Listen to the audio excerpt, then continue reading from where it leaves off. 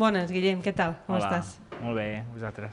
Molt bé, contentes de tenir-te aquí, d'una nova jornada al Taler, aquest cop amb diferents arts escèniques, però volia també primer preguntar-te una mica per la teva vinculació amb la comissió pagesa de l'Ateneu. Explica'ns una mica com és que estàs vinculat aquí i què fa una mica aquesta comissió.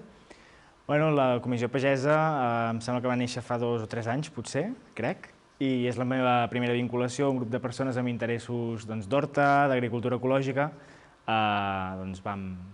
Vam com organitzar-nos i muntar algunes xerrades, alguns tallers fins i tot, tenim un espai on fem els nostres experiments en plantes i això. I bàsicament això, pel meu interès com a biòleg. També heu iniciat un banc de llavors, no? Sí, crec que deu fer d'abans del confinament. Hem iniciat un banc de llavors, el que passa que és un projecte també incipient, en què les persones poden deixar excedents de llavors d'alguna varietat, mirem que sigui local, perquè altres les puguin aprofitar, i al revés, de forma totalment gratuïta, persones poden agafar amb una mica de seny i raonablement una quantitat de llavors i plantar varietats que potser són més difícils de trobar de forma gratuïta. Molt interessant. Ens has explicat la teva vinculació amb la Comissió Pagesa i com a biòleg, i ara explica'ns una mica la teva vena artística i què ens faràs avui aquí al Taler. Doncs mireu, faré un petit fragment d'una obra que, valgui la redundància, s'anomena Fragments. L'obra original és un assaig de Roland Barthes, traducció de Clàudia Casanova, Fragments d'un discurs amorós. Llavors, durant el confinament, de fet, des de l'hivern del 2018, imagina't, vam començar, primer en solitari i després amb l'equip que m'acompanya, un procés d'adaptació d'aquesta obra a nivell teatral, i durant el confinament va haver-hi tot el procés més artístic, de creació de personatges, d'ordenació de fragments, i després d'un procés també creatiu aquí al Centre d'Arts Escèniques del Canal de Salt, que ens va cedir l'Ajuntament de Salt el juny i el juliol, doncs ara veu la llum amb una estrena a la Planeta aquest mitjans de febrer. Molt bé, així estem a punt de veure una primícia d'una estrena, no? Bueno, sí, una mica. Que a més has estat també assajant aquí ara, no?, aquests dies, i en fi, ganes, no? Explica'ns una mica ara com esteu, no?, també el sector així teatral amb tot aquest tema, i per què és important intentar tirar endavant aquests projectes tot i el confinament. Bé, doncs la situació, jo crec, aquesta epidemiològica ha afectat una mica tots els sectors, alguns més perllongat. Jo treballo en sectors d'educació ambiental també, d'educació general i artística. La meva germana també és músic, llavors ens ha tocat de ple a nivell de restriccions, confinaments municipals, i esperem que aviat s'acabi això i que es comenci una mica a reestructurar l'aforament, i una mica això, amb patiment, clar, però al final, ja et dic, hem tirat endavant el projecte, l'estrenem en ple confinament municipal abans de les eleccions, o sigui que si hi ha ganes, en principi es pot fer. Doncs res més, moltes gràcies, i et deixem que ens mostris una mica aquest fragment, que la gent s'animi a anar als teatres. Gràcies. Moltes gràcies.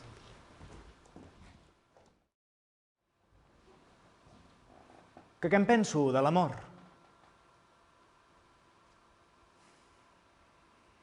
En resum, no en penso res. Voldria saber què és, però com que hi soc a dins, el veig existint, no pas amb la seva essència. El que jo vull conèixer, l'amor, és la mateixa matèria que faig servir per parlar, el discurs amorós. Estic exclòs de la lògica i, per tant, no puc pensar bé. Puc passar-me tot l'any anunciant boniques frases sobre l'amor, però només puc esperar a definir el concepte agafant-lo per les fulles. En flaixos, fórmules, troballes expressives disperses en el gran torrent de l'imaginari. Soc el mal lloc de l'amor. El lloc que enlluerna. El lloc més fosc, diu un proverbi xinès, sempre és sota el llum. T'estimo,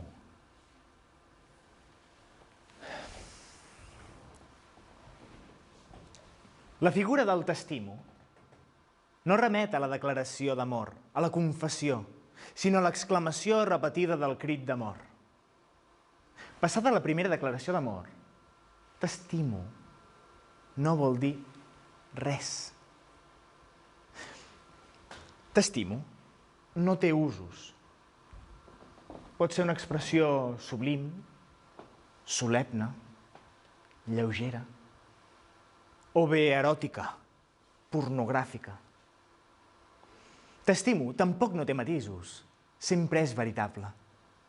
T'estimo no té cap altre lloc, no és la metàfora de res. T'estimo no és una frase, és una holofrase. La paraula només té sentit en el moment de pronunciar-la. Les situacions en les quals dic t'estimo no es poden classificar. T'estimo és irreprimible i imprevisible. T'estimo. Jo no. Però és que si jo t'estimo, no et crec.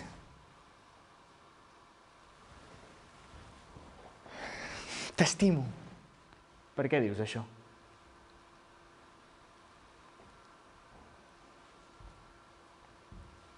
T'estimo. Jo també.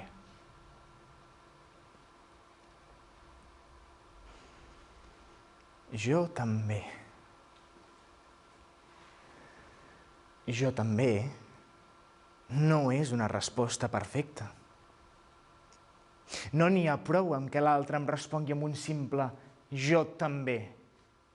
Jo també seria tot el contrari d'una holofrase. Obre els teus llavis i que en surti la paraula, encara que sigui obscena. El que jo vull, desvariadament, és obtenir la paraula màgica, mítica. La bèstia s'estima la vella. Evidentment, ella no s'estima la bèstia, però finalment li diu la paraula màgica. T'estimo! Bèstia.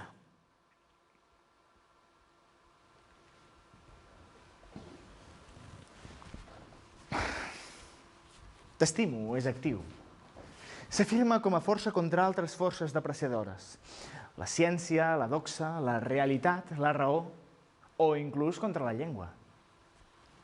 T'estimo no és una frase, és una holofrase. T'estimo.